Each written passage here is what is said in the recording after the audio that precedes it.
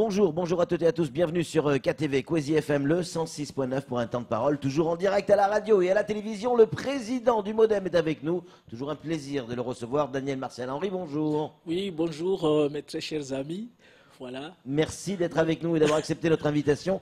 Les déclarations d'Emmanuel Macron, hier et avant-hier, il a déclaré l'état d'urgence économique et sociale.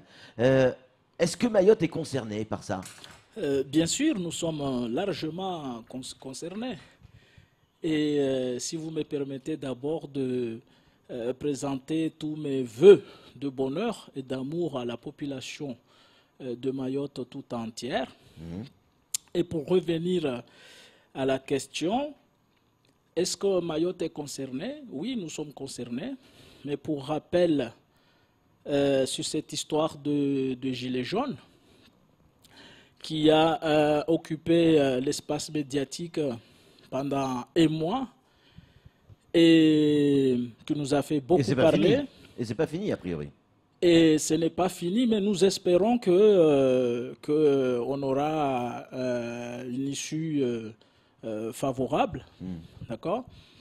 Parce que le pays ne peut pas être plongé dans une situation de crise pendant très longtemps. Et donc, mais ici, ce qu'il faudrait d'abord retenir, c'est quoi?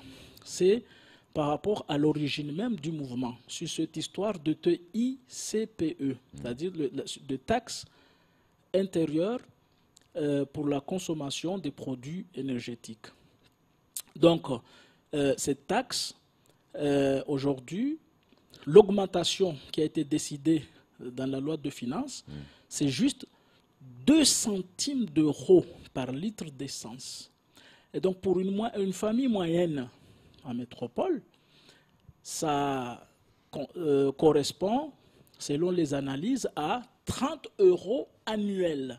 C'est vrai, Daniel, mais quand on a une bouteille d'eau qui est pleine, même si vous rajoutez une goutte, ça déborde. Justement, c'est là où on voudrait en venir. C'est que ce n'est pas tant une question de TICPE, mais c'est la population française aujourd'hui s'estime exaspérée par les surtaxes.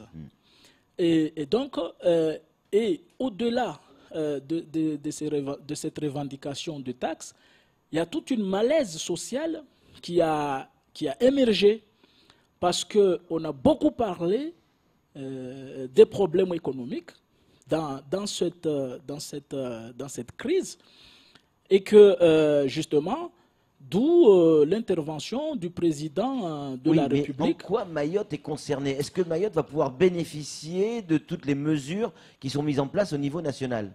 Et si oui, comment? Oui, justement, d'abord, la crise en elle-même et les solutions qui ont été trouvées nous inspirent. Il y a d'abord une inspiration. Pourquoi? Parce que Mayotte, déjà, nous sommes français. D'accord? Ce qui se passe en France métropolitaine nous inspire. Il faut comprendre que c'est toute la société française qui est aujourd'hui dans une situation de crise.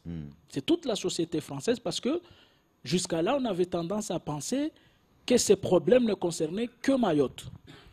Et donc, ça nous inspire. Et aujourd'hui, la déclaration du président de la République en décrétant l'état d'urgence économique et sociale.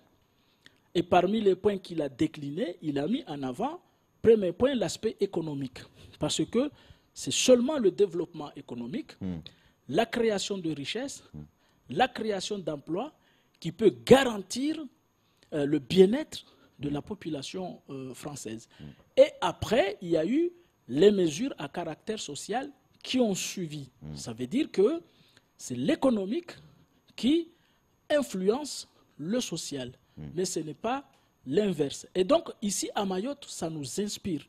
Il faut que les gens comprennent que, en dépit de toutes les grèves, les crises que nous avons connues, nous avons le devoir de faire du développement économique une priorité à Mayotte. Oui, mais ce qui s'est passé en métropole démontre aussi une chose. Regardez, enfin, pardon Daniel, mais regardez la violence des images en métropole, les week-ends sur les Champs-Élysées et partout en France. On a le sentiment que ce gouvernement ne comprend que la violence et la force pour pouvoir réagir. Nous, à Mayotte, on a été calme.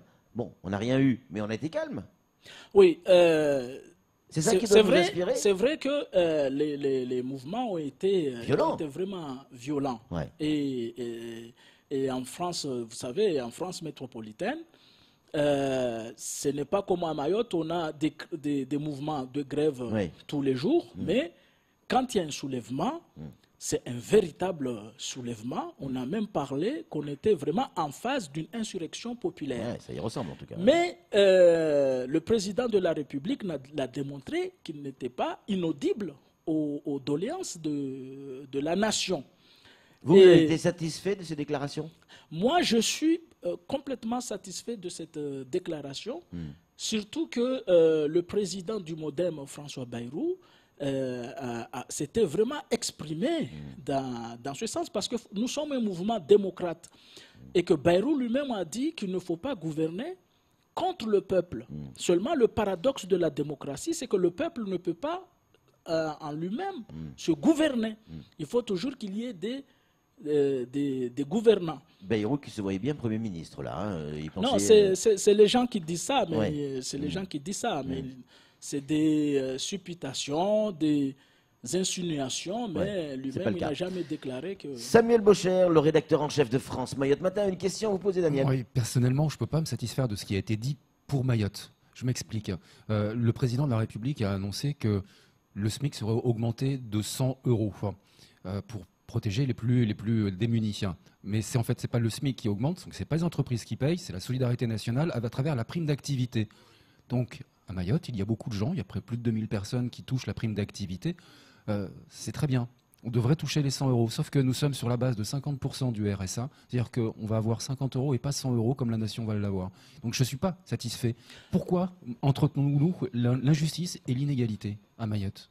Alors déjà, je ne suis pas un syndicat. À titre personnel, je n'ai jamais adhéré à un mouvement syndical.